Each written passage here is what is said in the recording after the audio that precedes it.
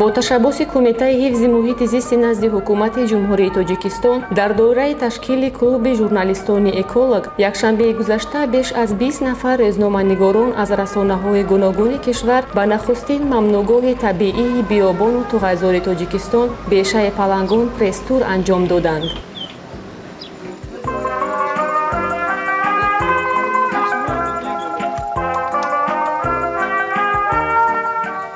салом тамошобинони ютуб канал фонус минбари андеша нашраи расмии ҷумҳурии тоҷикистон. мо дар доираи клуби журналистон дар бешаи палангон нахустин мамнӯъгоҳи табиии биёбону туғайзори тоҷикистон қарор дорем.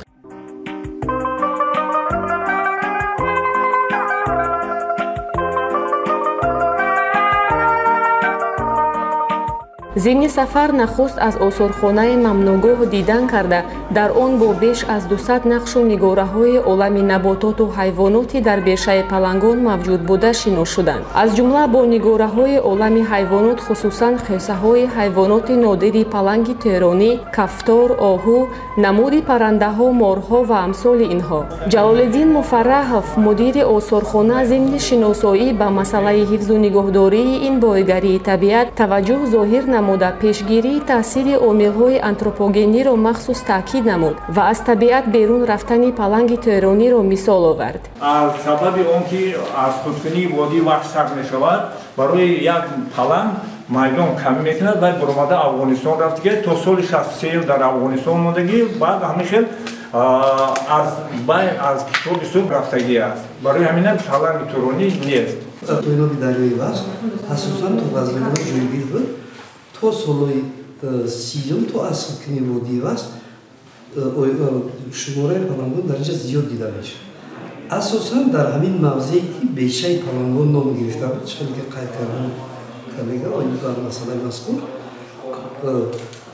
вобаста ба ӯ ки аз худкунии водии саршир як майдони муайяна ҳамчун эталон барои нигаҳдории экосистемаҳои табиӣ таъсири раванди тағйирёбии дигар пешбурди корҳои илми тадқиқотӣ ҳамин бо қарори шӯрои вазирони ҳукумати совети социалистии Тоҷикистон соли 1938 мамнӯъгоҳи табиии давлатии бешаи палангон ташкил карда шуд.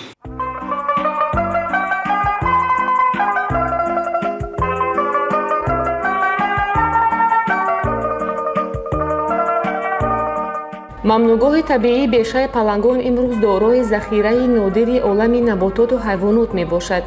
дар ин ҷо беш аз 30 намуди ширхорон аз ҷумла гавазни бухороӣ, ғизол, гурбаи ҷангалӣ, муши дарёӣ, тазарф, сусмори хокистарранг, кобраи осиёи марказӣ ҳамчунин олами нодири наботот ба монанди растаниҳои намояндагони орнитофауна, ихтиофауна ва ҳашаротҳо мебошад.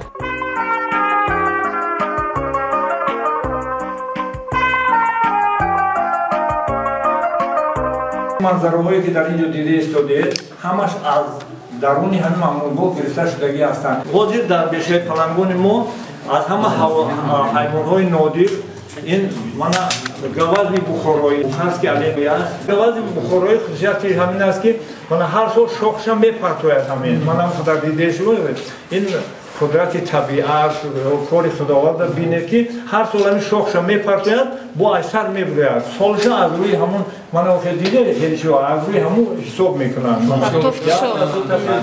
5 сола байшад аз рӯи ҳамин мана дар мамнӯъгоҳи мо зиёда 300 аз рӯи ҳисоботи мо ҳамхел гавазҳои бухороӣ вуҷуд аст. ба ғайр аз ин дигар ҳайвоне ки диққати бисёр туристон дигар ҷамъ мекунад ин гиена ҳаст. гиена мана суратшуҷа ҳаст. инам шуморааш аз 50 та аз рӯи ҳисоботҳои мо зиёд аст ки инам як чизе аст ки дар ин минтақаи осиёи мана кафтор ё саги ёбоям мегӯям хеле вуҷуд дорад. дар мамнӯъгоҳ зиёда аз 438 намуди растаниҳо, 8 намуди морҳо, зиёда аз 20 намуди моҳиҳо мавҷуд аст. ҳозир як моҳие пайдо аст ки мормоҳӣ ё ки змеяголов мегӯянд ки вай хишник аст. хатхати дарёҳои вай амӯ омада пеш набуд. шумораи ғизол чӣ? ғизолҳо баъди ҷанги шаҳрвандӣ камтар шудагӣ буд. Мо баъзе барномаҳои солҳои 2007-2011 дар мо кор карда буданд. Ҳамонҳо зиёда аз 20 ҳамсо гизолҳо оварданд. Мана соли гузаштаам бо як 20 дигар оварданд. Хулоса шумораи вайҳо ҳам зиёд шуда истодааст.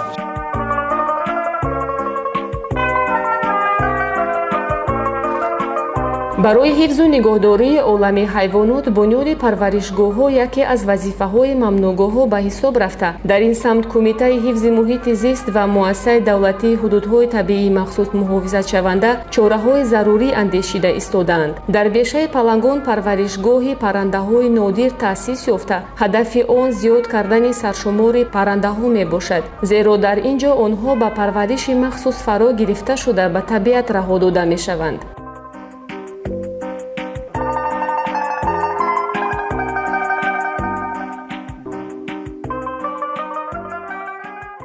мақсади ташкил кардани парваришгоҳ дар он аст ки дар ҳамун паррандагони нодире ки дар ҳамин беша ҳастанд мо ҳамун намуди ҳамоиро зиёд карда ба ҳамин табиат сар метиҳем. айни ҳол дар парваришгоҳ намуди тазавури тоҷикӣ, доғдоғ ва кабк парвариш мекунем. тазавури тоҷикиро дар инкубатор зиёд кардастем, шумора шуд 40 дона чӯҷа бировардагием. айни ҳол бо 120 тухми дига хобондагием. 10 сол мешавад ки шуморашон аз 2000 зиёд шуда. доғдоғе ки айни ҳол шумо мебинед дар ин ҷо, инро аз давлати арабистон ба мо додагиам. дар хумон ҳам ҳастанд. Тоҷикии худамон, бале. Бале, ҳастанд. Тазавури тоҷикӣ ҳаст.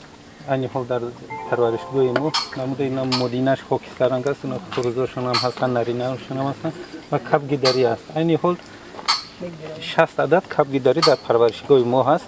парваришгоҳи мо ягон камбудӣ надорад. чӣ хел бигӯем барои парвариш тайёр кардан, зиёд кардани ё донаву захираи хӯрокаи мо бемалол мерасад. баъд дар мамнунгоҳ бо духтури ҳайвонот ҳам дорем, аз назар мегзаронанд. муҳитшам ба ҳамин табиат наздик. муҳити ҳамин дар атрофи ҳамин растанию ҳамин дарахтоне ки мебинед дар дуруни ҳамин парваришгоҳ, муҳитшон ба ҳамун мутобиқ аст. паррандагони мавсимӣ дар фасли аслан дар фасли сармо бисёртар тарафи мо кӯч карда меоянд. то 30-40 ҳазор намуди ҳамаи намуди паррандагони мурғобиёну моҳихӯрон дар ҳамин бешаи Палангон зимистонашонро мегузаронанд, бо фасли гармокушӣ парвоз карда мераванд. бешаи Палангон аз қитъаҳои гуногуни тамошобоб ба монанди хонаи шикорӣ, қитъаи туғайзорҳо, қитъаи кӯлу дарёҳо ва амсоли инҳо иборат аст. чанд километр дур аз парваришгоҳи бешаи Палангон мавзеи хеле зебоманзар ва сарсабзи мамнӯъгоҳ дарёкӯл доман паҳн кардааст. аз баландӣ тамошо кардани кӯл ва табиати зебои диёр басо ҷолибу диданист. дарёкӯл дар масоҳати 94 гектар ҷойгир буда барои 12 кӯли ҳудуди мамнӯъгоҳ сарчашмаи асосӣ мебошад. оби дарёкӯл шӯр буда дар он ҳудуди 20 намуди моҳӣ сукунат доранд. аз ин рӯ бисёре аз паррандаҳои моҳихӯр барои зимистонгузаронӣ ба ин ҷо меоянд. аз он сабаб дарёкӯл мондагиам ки солҳои пештара дарёи вахш як шохаш ба ҳамин ҷо мегузаштааст. муҳимияти ин кӯл дар он аст ки баъд аз ҳамин кӯл 12 кӯли боқимонда аз ҳамин кӯл об мегиранд. туғайзорҳо сеяки масоҳати умумии мамнӯъгоҳро ташкил медиҳанд. рустании туғай аз ҷиҳати шароити экологӣ ва таркиби флористӣ як намуди рустание мебошад ки танҳо дар соҳилҳои дарёҳои минтақаҳои биёбон ва нимбиёбони осиёи марказӣ мавҷуд буда, дар ҷангалзорҳои дигар минтақаҳои палеарктика ҳамто надоранд. мамнӯъгоҳи бешаи Палангон бо захираи калонтарину беназири туғайзор имрӯз охирин мамнӯъгоҳ дар ҷаҳон аст. маҳз ба хотири фароҳам будани чунин шароити табиӣ бисёре аз ҳайвоноти нодиру ваҳшӣ ин минтақаро макони зисти худ интихоб мекунанд. аз ин рӯ барои ҳифзу нигоҳдории мамнӯъгоҳи бешаи Палангон он ба мероси ҷаҳонии ЮНЕСКО дохил карда мешавад.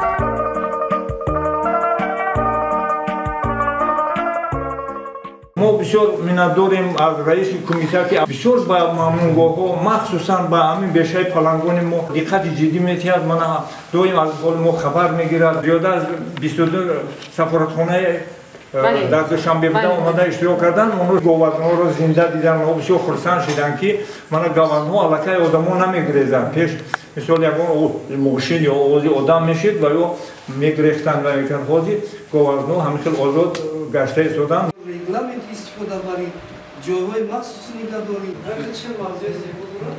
баъд аз тамошои дастаҷамона аз мавзеъҳои мухталифи экосистемаҳои нимбиёбонӣ ва экосистемаҳои обӣ дар толори бинои маъмурии мамнӯъгоҳи бешаи Палангон барои аъзои клуби журналистони эколог дарси омӯзишӣ ташкил гардид. Ба рӯзноманигорон муовини сардори муассисаи давлатии ҳудудҳои табиии махсус муҳофизатшаванда Давлаталӣ Шарифов дар бораи қонунгузорӣ дар соҳаи ҳудудҳои табиии махсус муҳофизатшаванда нақши мамнӯъгоҳи бешаи Палангон дар ҳифзи гуногунии биологӣ маълумоти мукаммал дод.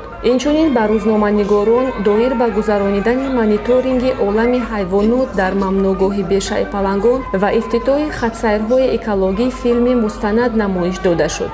Хатсайрҳои экологӣ имконият медиҳанд, ки шумораи сайёҳони дохиливу хориҷӣ ба бешаи Палангон боз ҳам зиёд гарданд. Ҳамин тариқ барои рӯзноманигорон якрӯзи сафар ба ин минтақаи беназири сайру саёҳат мамнӯъгоҳи табиии бешаи Палангон, ки дар поёноби дарёҳои Вахш ва Панҷ ҷойгир аст, бисёр хотирмон гузашт.